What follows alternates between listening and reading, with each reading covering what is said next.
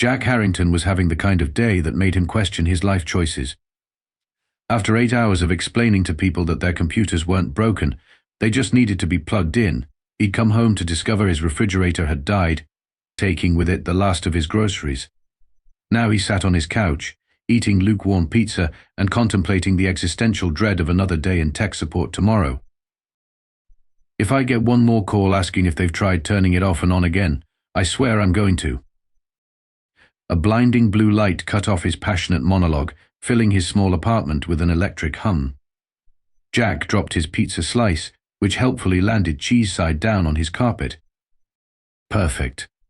Just perfect, he muttered, reaching for a napkin just as the blue light intensified, and he felt a strange tugging sensation from the center of his being. What the... The next thing Jack knew, he was standing in what appeared to be the interior of a spaceship, all gleaming metal and pulsing lights. The floor beneath him vibrated gently, and a faint hum permeated the air.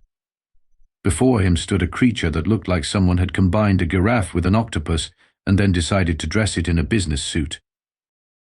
Jack Harrington, the creature said in perfectly accented English. Welcome aboard the Galactic Confederation diplomatic vessel Inevitable Solution. I am Ambassador Krell. Jack stared. Pizza sauce still on his fingers. I must have fallen asleep watching Sci-Fi again. This is not a dream, Ambassador Krell replied, two of its tentacles adjusting what appeared to be a tie. You have been specifically selected for a mission of utmost importance to the stability of the galactic community. Sure I have, Jack said, looking around for hidden cameras. Is this some kind of elaborate prank show? Did Marcus from accounting set this up? Ambassador Krell's large, bulbous eyes blinked in vertical slits. I assure you, Mr. Harrington, this is quite real. We have been monitoring Earth for some time, and you specifically have been chosen because of your remarkable abilities. Jack snorted. My remarkable abilities include making instant ramen in under 3 minutes and being able to name all the characters from 3 different sci-fi franchises. Somehow I doubt that's valuable to aliens. You misunderstand, Krell said, gesturing with a tentacle toward a doorway that hadn't been there a moment before. Please follow me, and I will explain everything. Still convinced he was either dreaming or the victim of an elaborate prank, Jack followed the ambassador into a large chamber with a window that revealed the unmistakable curve of Earth below them. Jack stopped dead in his tracks. That's Earth. We're in space. Yes, Krell replied patiently. As I said, you have been selected. Selected for what? Jack asked, unable to take his eyes off his home planet. Tell me, Mr. Harrington, how many times in your career have you solved a technical problem without consulting an instruction manual? Jack finally tore his gaze from the window. I don't know. Thousands? Tens of thousands? That's literally my job. Precisely, Krell said, all 4 of its tentacles making an excited rippling motion.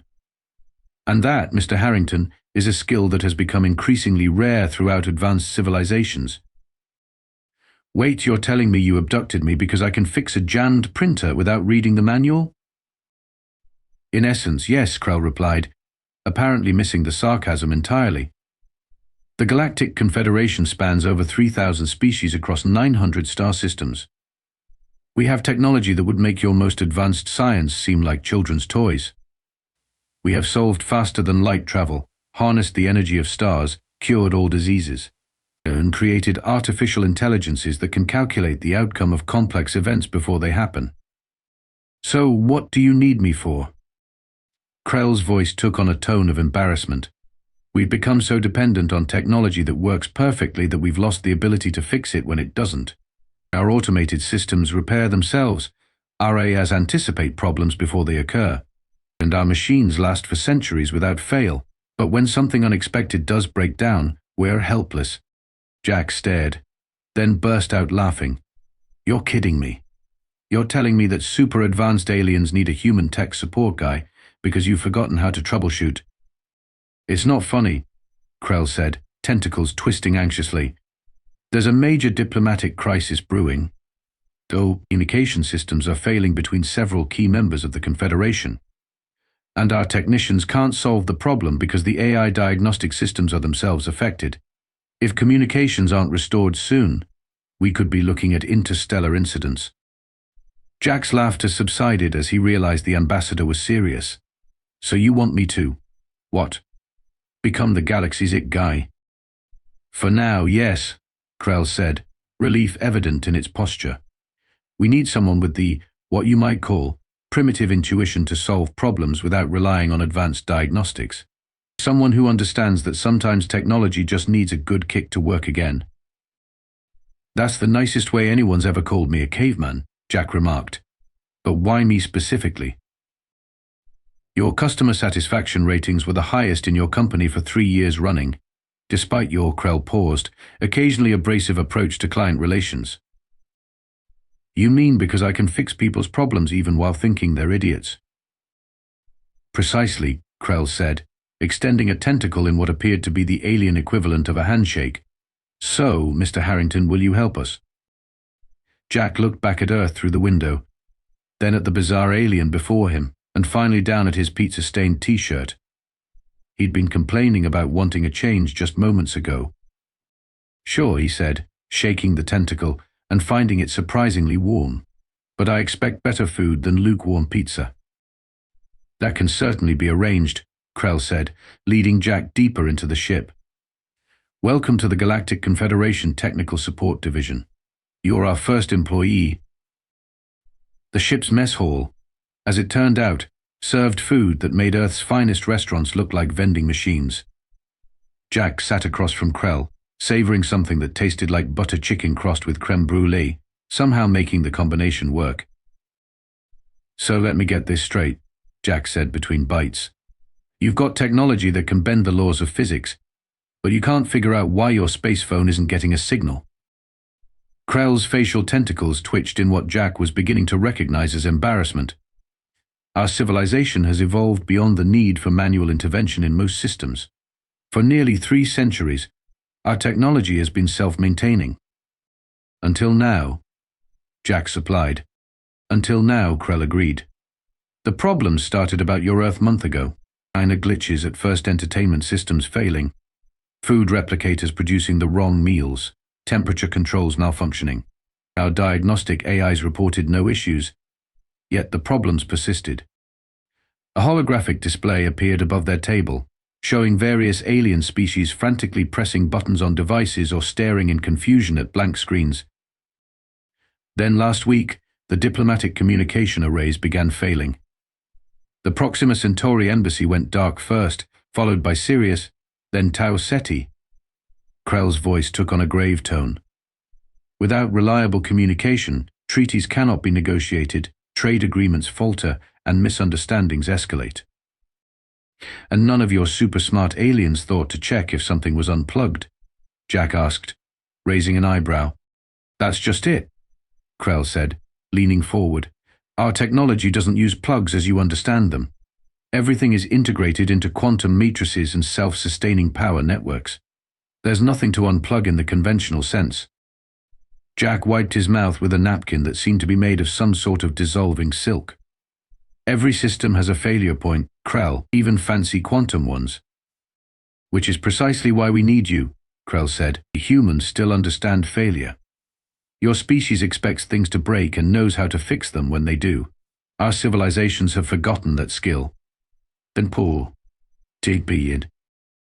The ship shuddered slightly, and the lights dimmed before coming back on. Speaking of which, Jack said, pointing upward. A minor power fluctuation, Krell said, but Jack noticed the alien's tentacles were twisting nervously. How minor? The third one today, Krell admitted. Our engineers say the power grid is stable, yet these fluctuations continue.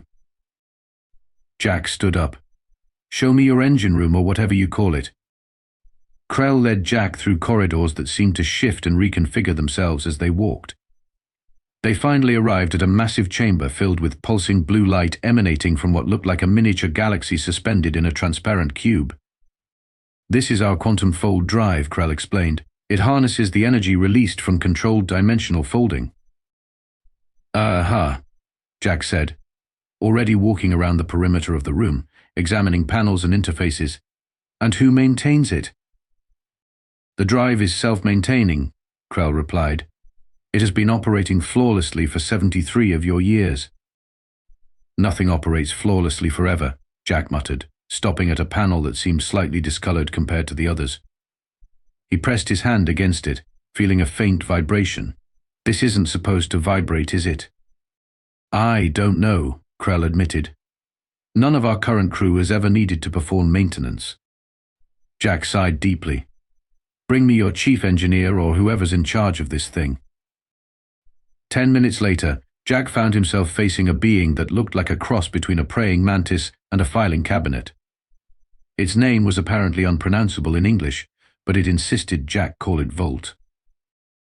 You're telling me, Jack said slowly, that no one has physically inspected this drive in over 70 years. The diagnostics have always shown optimal performance, Volt replied, its mandibles clicking. The AI systems would alert us if there were any issues. And it hasn't occurred to anyone that maybe the AI systems themselves might be compromised? Jack asked. Both aliens stared at him in what appeared to be shock. That's not possible, Volt said. The diagnostic systems are isolated from all external networks. Nothing's truly isolated, Jack replied, tapping the vibrating panel. Get me a way to open this. After some hesitation, Volt produced a tool that resembled a glowing blue tuning fork. Jack took it, figured out how it worked through simple trial and error, and managed to remove the panel. Inside was a nest of crystalline structures and pulsing light filaments. To the aliens, it probably looked like an incomprehensible maze of advanced technology.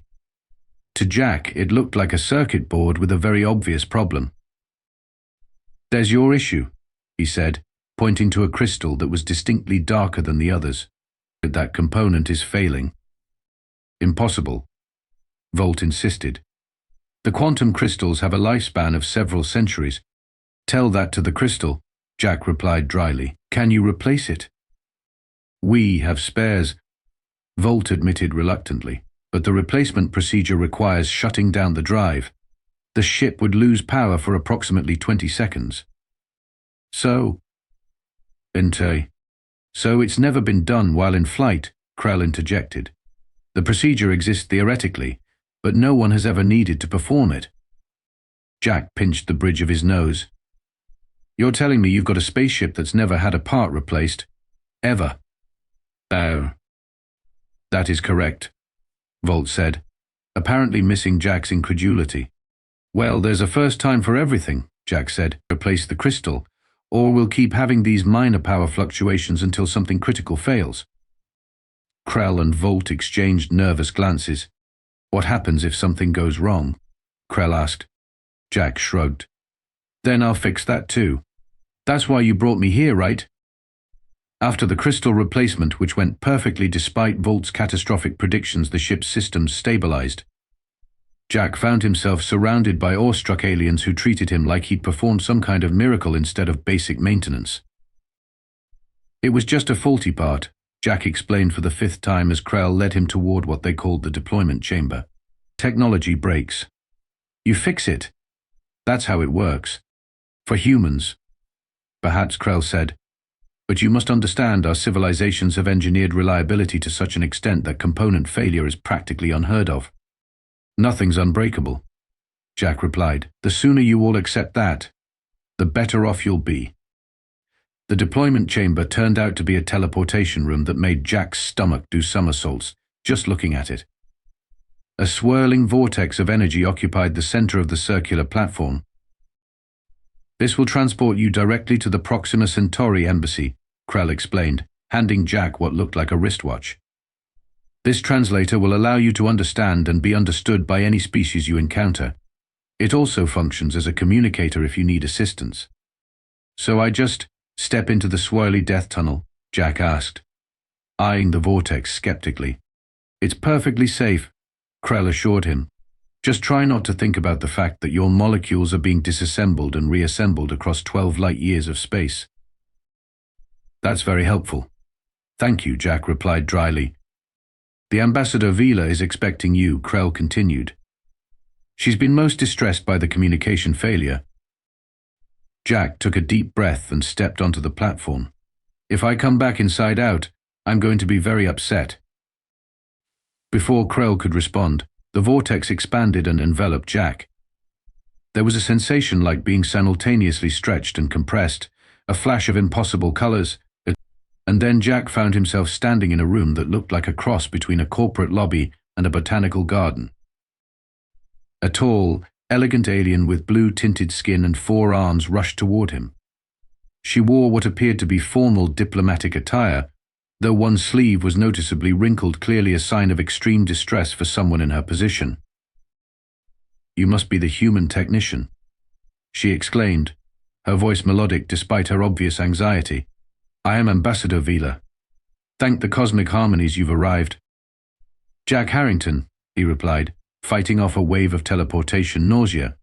"I hear you're having some communication problems."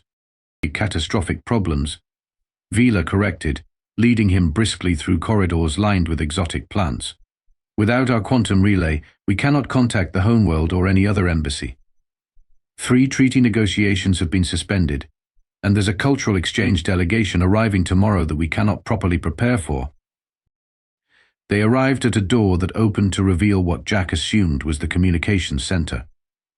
A dozen different aliens hunched over workstations, pressing buttons randomly or staring forlornly at blank screens. In the center of the room stood a pillar of light, contained within a transparent tube, or rather, what should have been a pillar of light. Currently, it was flickering weakly, occasionally sputtering out entirely before weakly reigniting. "This is our quantum communication array," Vila explained. 4 of our best technicians have been working on it for days without success. The diagnostic systems show no errors, yet as you can see. "Yeah, it's definitely not working right," Jack agreed, walking around the pillar. "Has anybody tried manually resetting it?" The room fell silent as every alien turned to stare at him. "Reset, manually?" one technician asked, the universal translator somehow conveying their bafflement perfectly. "Yeah, turn it off and back on again," Jack said. More confused stares. Jack sighed. "Show me where the main power routing is." After some confusion, and what appeared to be a hasty consultation of ancient technical documents, the technicians led Jack to a panel on the floor beneath the communication array. It took Jack less than a minute to figure out how to open it, revealing a complex network of light conduits.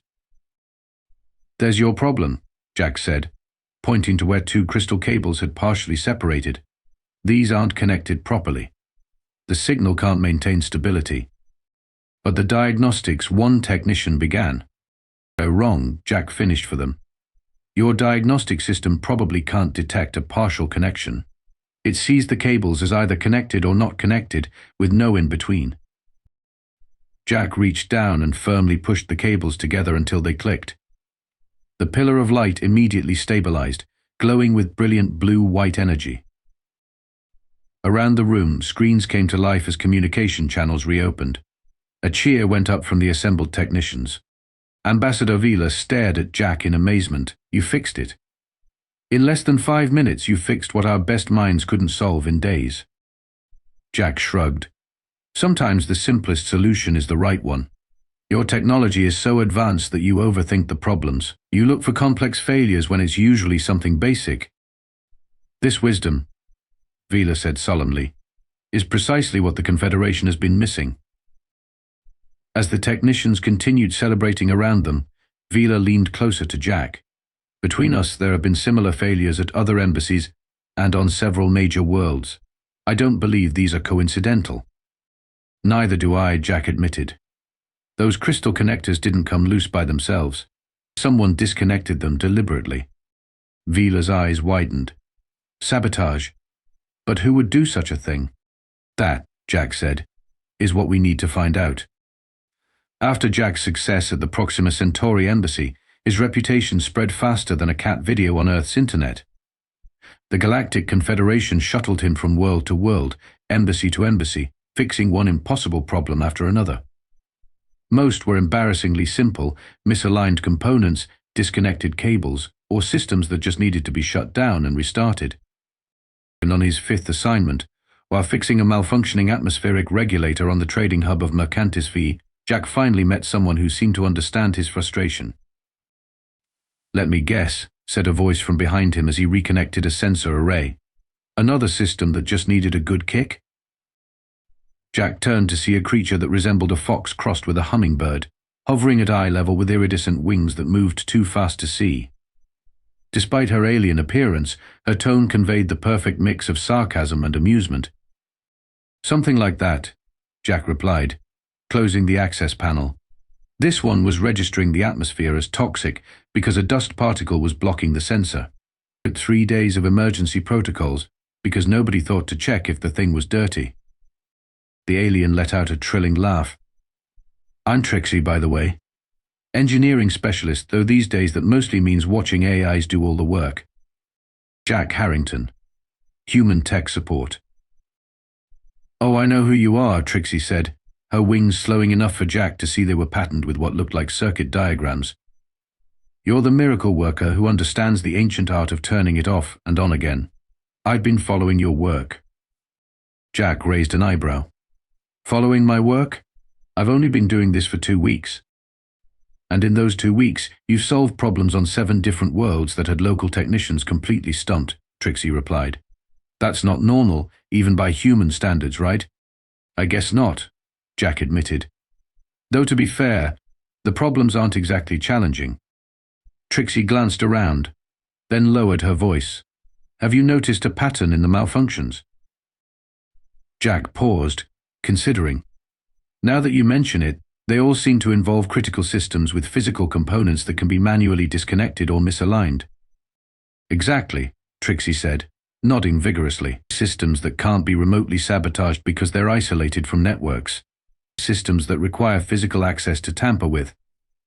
"You think it's deliberate?" Jack said. "It wasn't a question." "I know it's deliberate," Trixie replied. "I've been tracking similar failures across the Confederation for months. They started small, insignificant systems that no one would pay much attention to. Then they escalated, becoming more widespread and affecting more critical infrastructure." "But why? What's the point of making technology fail if it can be fixed so easily?" Trixie's wings buzzed with what Jack interpreted as agitation. "That's just it. It's not supposed to be fixed easily. You're an anomaly, Jack. Before you came along, these failures were causing serious disruptions." She pulled out a small device that projected a holographic star map with dozens of points marked in red. "These are all locations where critical systems have failed in the past 3 standard months. The pattern radiates outward from the Central Confederation worlds." "Somebody's doing this systematically," Jack said, studying the map. "But who?" "Enu. They call themselves the Optimizers," Trixie said, her tone turning grave. "They're a faction within the Confederation's Technological Development Authority. I used to work with them, until I realized what they were doing. And what exactly are they doing?" "They're creating problems to sell solutions," Trixie replied. "Each of these failures has been followed by a proposal for a necessary upgrade to prevent future issues, upgrades that just happen to require completely new systems designed by corporations aligned with the Optimizers." Jack let out a low whistle.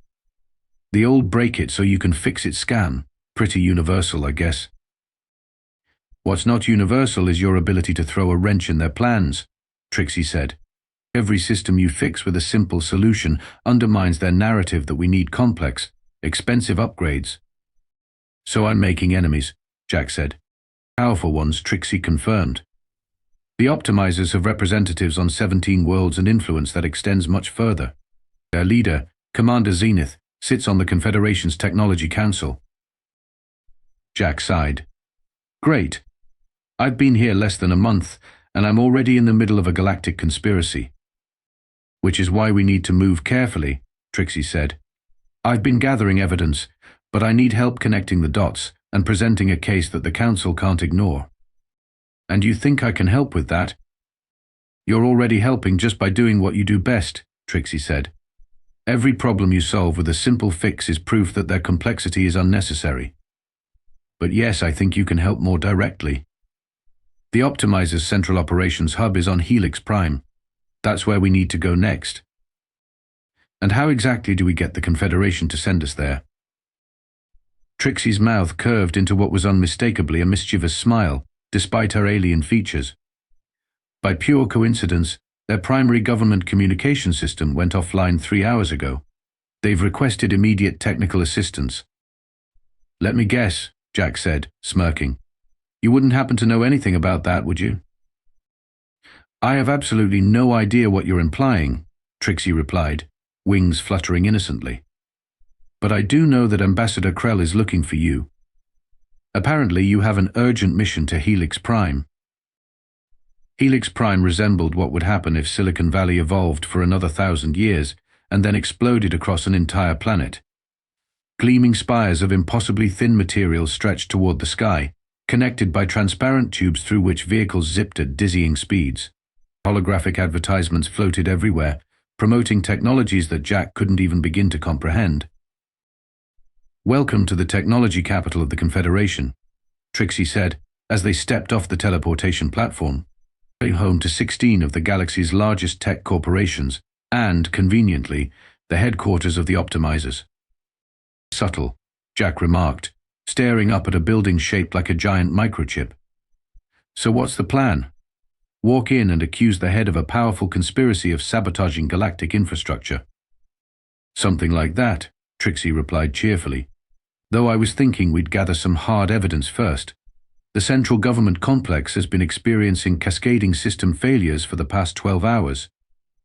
We've been officially requested to diagnose and repair their communication hub. And unofficially? Unofficially, we're going to access their main database and find proof of the Optimizer's sabotage network, Trixie said, her wings buzzing with excitement.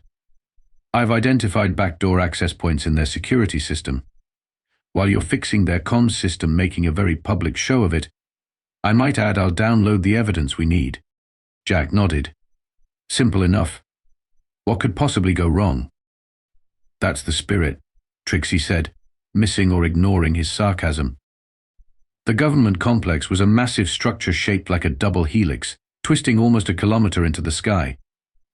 Inside, they were greeted by a harried-looking official with metallic skin and eyes that literally displayed error messages. You must be the human technician, the official said, not bothering with introductions. This way, quickly. The outage has halted all government functions. Commander Zenith is most displeased. Can't wait to meet him, Jack muttered. They were led to a vast chamber filled with what looked like liquid light flowing through transparent conduits. In the center of the room stood a tall, imposing figure whose body seemed to be partly mechanical.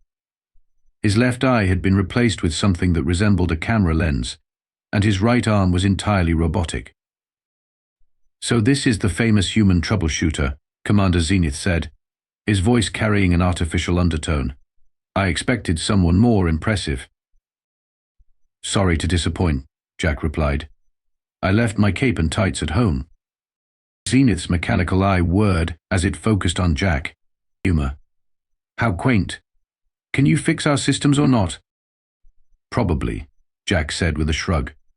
Mind if my colleague takes a look at the diagnostic terminals while I examine the main hub? Zenith glanced at Trixie, who had already begun fluttering toward one of the wall terminals. Fine, just fix it quickly. We have critical communications waiting. I bet you do, Jack said under his breath as he approached the central column of liquid light. To Zenith he called out, so what exactly happened before the system failed? Nothing unusual, Zenith replied too quickly. The system was operating normally and then simply stopped. Systems don't simply stop without a reason, Jack said, examining the base of the column. Especially not systems this important. Are you questioning my technical expertise, human? Zenith asked coldly. Not at all, Jack replied. I'm questioning your honesty. The room fell silent. Out of the corner of his eye, Jack could see Trixie frantically working at the terminal, her wings a blur of movement. Careful, Mr. Harrington, Zenith said quietly. You're very far from home. And you're very close to being exposed. Jack replied, loud enough for everyone to hear. He'd found what he was looking for, a small device attached to the base of the central column, almost invisible against the metallic floor. What's this? Hi, Jay. Zenith moved with surprising speed for his size, striding across the room. That's part of our diagnostic equipment. Really? Jack asked, prying the device loose. Because it looks an awful lot like a disruptor designed to interfere with quantum communication fields. He held it up for all to see. The kind of thing you might use if you wanted to make it look like a system had failed catastrophically. That's absurd, Zenith sputtered. But the other technicians in the room were already murmuring among themselves. Is it?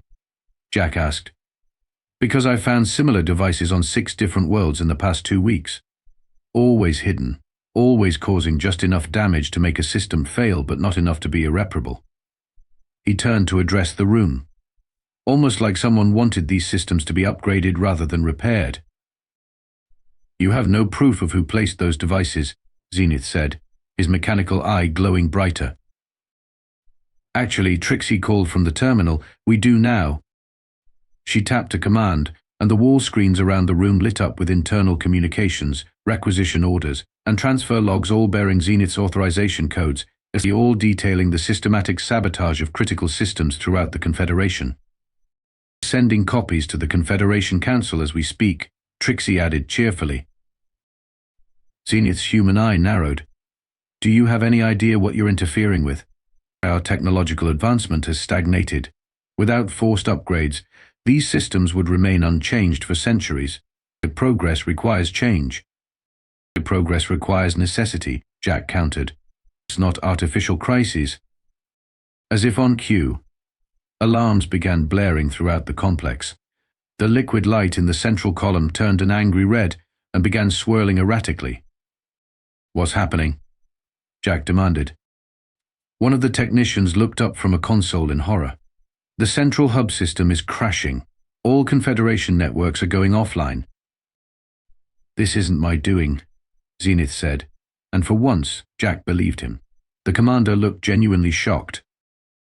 The room descended into chaos as technicians rushed from console to console, frantically trying to halt the cascade failure. Can you fix it? Trixie asked, suddenly at Jack's side. Jack looked at the failing system, then at Zenith, and smiled. I have a better idea. Everyone stop. Jack's voice cut through the panicked shouting.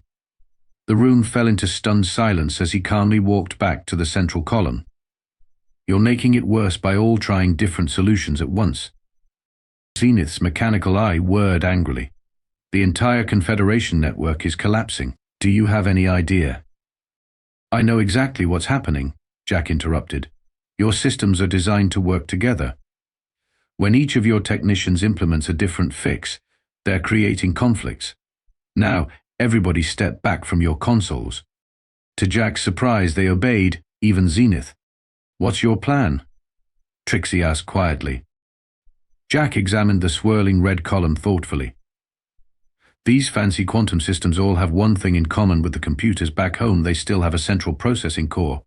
He turned to Zenith. Where's the main processor? Zenith hesitated, then pointed to a sealed panel on the floor. There. But accessing it during operation is strictly forbidden. The quantum state could collapse. It's already collapsing, Jack replied, kneeling to open the panel.